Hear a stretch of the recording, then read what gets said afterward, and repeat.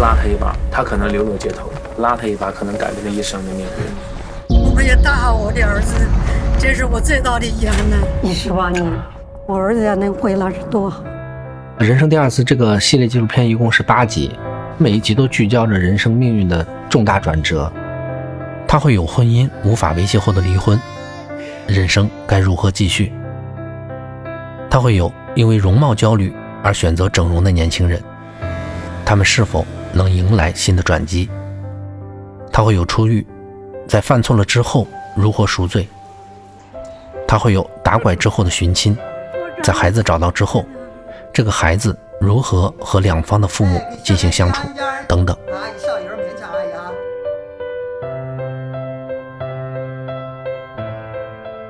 很多的时候人是渴望重启，或者说和那个过去的自己做一个彻底性的告别，但是这样我们回头看的时候，很多情况下是不可能的，一定是拖着一个过去的自己再往前走的。别掉了，现在是我的 show time。 好，首先第一个拉脚提琴。轮椅少年中的主人公何花杰，20多岁，1.8米的大个，很帅。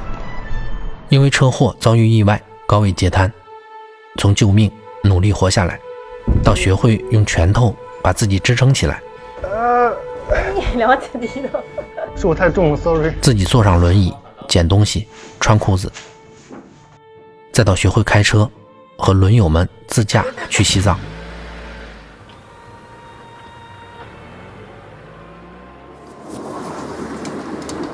早点过来，哎呀，太累了。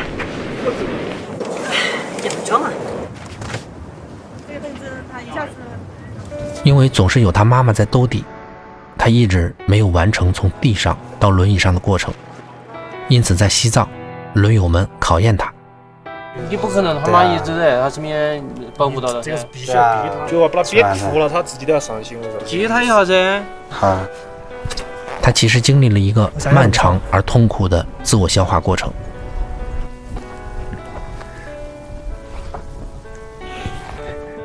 不是每个人都会遭遇这种极端考验，日子往往就是普通的、平凡的。比如深圳女工黄卫芳。你有入生户吗？没有，积分不够。她从广西老家来到深圳，到电子厂里上班。老公开货拉拉，也挣不着什么钱。租的小房子，一间卧室让给孩子睡，她和老公睡客厅。她没有太多的去抱怨她现实的生活，她的内心有一个明确的愿望，通过自己的努力，能够想办法留下来。性别角色，它就是针对人的这种自然属性所设计的一套行为模式。说阿里山的姑娘美如水，儿子能在这里读书，最终考上大学，而不是像父母那样做体力劳动就好。和女工的故事相对的是我们在离婚律所里看到的都市女性，其中有一个全职妈妈，40多岁，有2个孩子，老大读初中，老二小学。她说，外面你只要努力就会有人看到，但是在家里怎么努力也不会被看见。你对工作的这个确实是你付出多少是回报是多少的，这个跟感情不一样的。虽然离婚了，但是前夫没空管孩子，他还是每天去他家辅导老二的功课。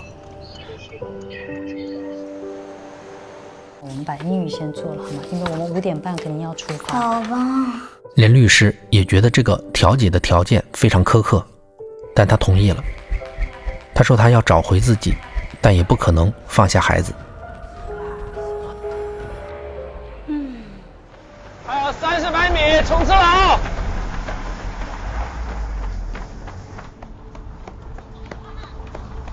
加速了啊！除了自我同命运的抗争之外，我们还讲了一个老师改变一群孩子命运的故事。他叫百健，从26年前就开始助养孩子。这几个镜头就一张脸，就让你们挡的，往退点。至今有100多个孩子从他的梦想之家走向了社会。咱们家也是发生了很大的变化。世上只有妈妈最不好，没妈的孩子像个。这些孩子的家庭要么就是离婚，或者父母有精神类的疾病。不喜欢自己的想象力，不喜欢自己的命运。他教他们跑步，希望通过走体育的特长生给他们一条出路。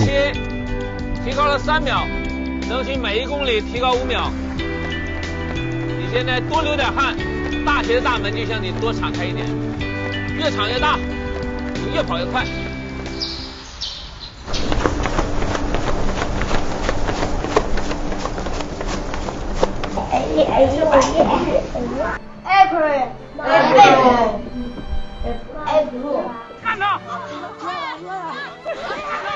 我觉得最难得可贵的就是摆件一直在用爱去弥补他们内心的伤痛。孩子不管了，晚上5点多钟多冷啊！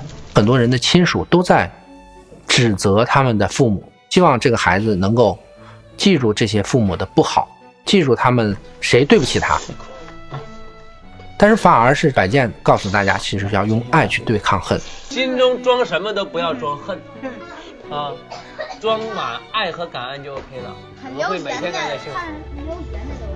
在孩子命运当中，他那个地方就有点像点亮了一个小小的微光，然后在漫漫长夜当中去奔跑，跑出来一个人生。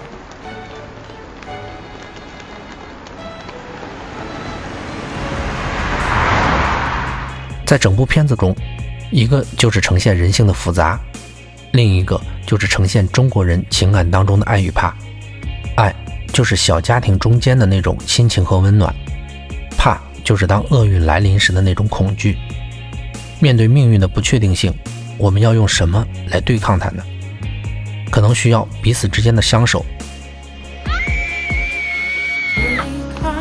除了对抗，我们可能也会试着和解，这个也是中国人特有的抗争方式。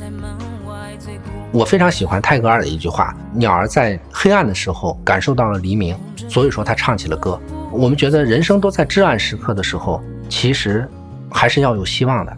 这个希望就像即将到来的黎明一样，人们因为这个可能会有一个奔头，然后他就会有信念，有了信念之后他就能够往前走。世界应该是